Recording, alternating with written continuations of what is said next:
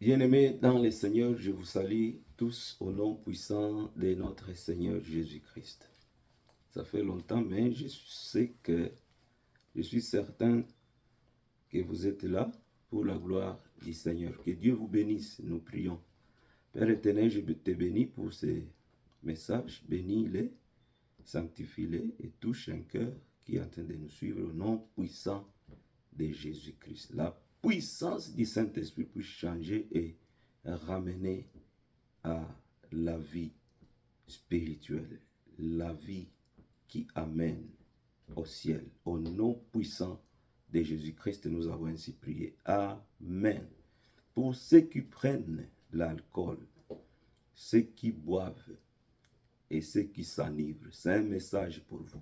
C'est un message pour ceux qui ne prennent pas l'alcool. C'est un message pour les enfants de Dieu. Écoutez, bien-aimés, ça c'est un message pour tout le monde. Ce sera un message trop court. Que le Saint-Esprit vous fasse grâce pendant que vous êtes en train de nous suivre. Boire l'alcool, c'est pas mauvais. Les gens disent souvent ça. Mais s'enivrer, c'est ce qui est mauvais. Oui. Écoutez, quand vous vous posez la question, est-ce que boire ou s'enivrer, c'est un péché ou c'est pas un péché? Je n'ai pas à vous dire, mais écoutez seulement en bref ces messages. C'est un message très court, je le répète encore. Écoutez, c'est avec l'esprit d'amitié que je voulais vous amener ces messages.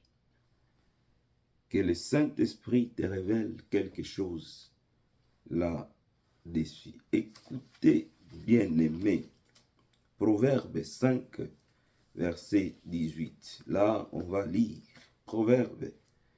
Éphésiens, s'il vous plaît. Éphésiens 5 et le verset 18. Et c'est d'ailleurs un verset que tout le monde essaie d'amener, de ressortir quand on parle de ces sujets. Ne vous enivrez pas de vin. C'est de la débauche. J'insiste là. Ne vous enivrez pas de vin. L'alcool, ma Bible en français dit, c'est de la débauche. Mais soyez au contraire remplis du Saint-Esprit. Écoutez, il y a trois choses ici. Ne vous enivrez pas de vin. Et de deux, parce que ça conduit à la débauche. Mais ici c'est clair, ne vous enivrez pas de vin parce que c'est la débauche. Si vous lisez la Bible en Swahili, peut-être ça va vous amener à quelque chose que je suis en train de dire. Car ça peut conduire à la débauche. Mais ici c'est clair, direct ici, ne vous enivrez pas de vin car c'est la débauche.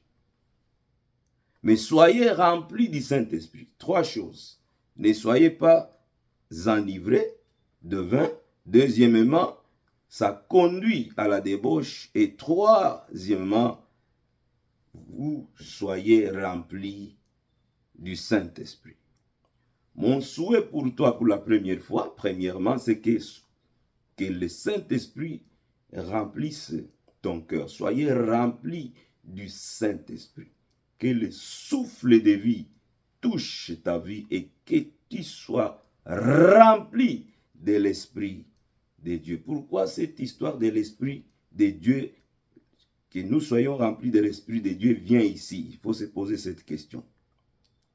Soyez remplis du Saint-Esprit. La Bible déclare, le Saint-Esprit c'est celui qui va nous révéler de tout ce qui est mauvais. Je pense que vous avez déjà lu ces passages. C'est le Saint-Esprit qui conduit à tous ceux. C'est le Saint-Esprit qui révèle aux gens tout ce qui est mauvais. On ne tombe pas subitement ivre. Bien-aimé, on ne tombe pas subitement ivre, mais on le devient en prenant la boisson. Donc, celui qui est ivre, si on appelle quelqu'un soulard, c'est-à-dire c'est quelqu'un qui boit le vin.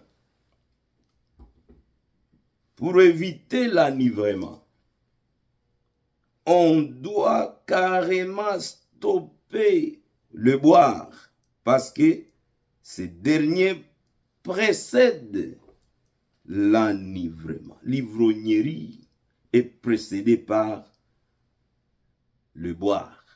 Et le boire, l'alcool. Et boire l'alcool. Est-ce que nous sommes ensemble?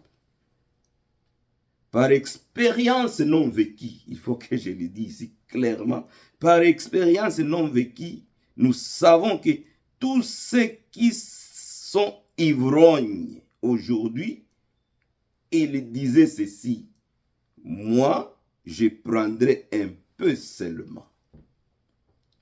Mais finalement, ils étaient devenus ivrognes. Et toi, tu es parmi ces gens. N'est-ce pas que tu avais trompé ta femme que toi, tu ne prendras n'un fils que 2, 3 verres ou une bouteille? Et c'est comme ça que tu avais commencé.